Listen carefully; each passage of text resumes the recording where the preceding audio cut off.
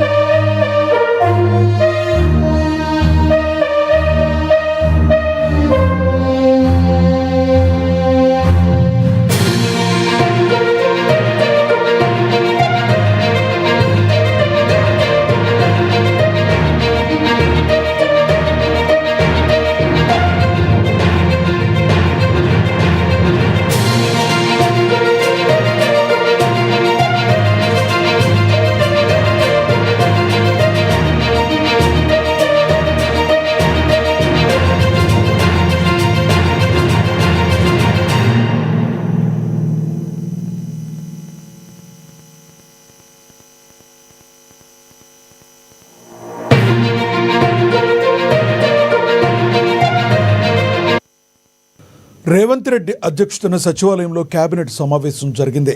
మంత్రివర్గ భేటీలో పలు కీలక అంశాలపై శాసనసభ బడ్జెట్ సమావేశాల నిర్వహణపై ముఖ్యంగా చర్చించారు.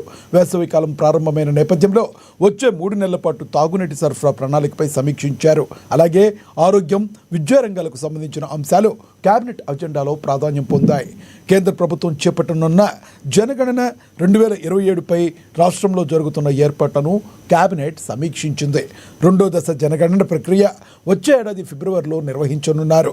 చీఫ్ సెక్రటరీ రామకృష్ణారావు వివరాల ప్రకారం తొలి విడత ఇండ్ల గణన మే 11 నుంచి జూన్ 9 వరకు నిర్వహించేందుకు ఏర్పాట్లయితే పూర్తి చేశారు. కేంద్రం నిర్దేశించిన 34 ప్రశ్నల నమూనా ప్రకారం గణనను చేపట్టనున్నారు. రాష్ట్ర వ్యాప్తంగా ఎన్యూమరేటర్లు, నోడల్ అధికారులతో కలిపి మొత్తంగా 89,000 మంది సిబ్బంది జనగణన ప్రక్రియలో పాల్గొనున్నారు. అదేవిధంగా భూసేకరణ, భూముల కేటాయింపులు, ప్రభుత్వ ఉద్యోగాల భర్తీ, రైతు భరోసా నిధుల విడుదలపై కూడా కేబినెట్ చర్చించింది. సాగునీటి ప్రాజెక్టుల సవరించిన అంచనాలపై సమీక్షించారు. ఉద్యోగాల ఆరోగ్య పథకం, యంగ్ ఇండియా స్కూళ్లకు భూముల కేటాయింపు, ధాన్యం సేకరణ అంశాలపై కూడా నిర్ణయాలు తీసుకునే దిశగా చర్చ జరిగింది. కేబినెట్ సమావేశంలో తీసుకున్న నిర్ణయాలను త్వరలో అధికారికంగా ప్రకటించనున్నారు.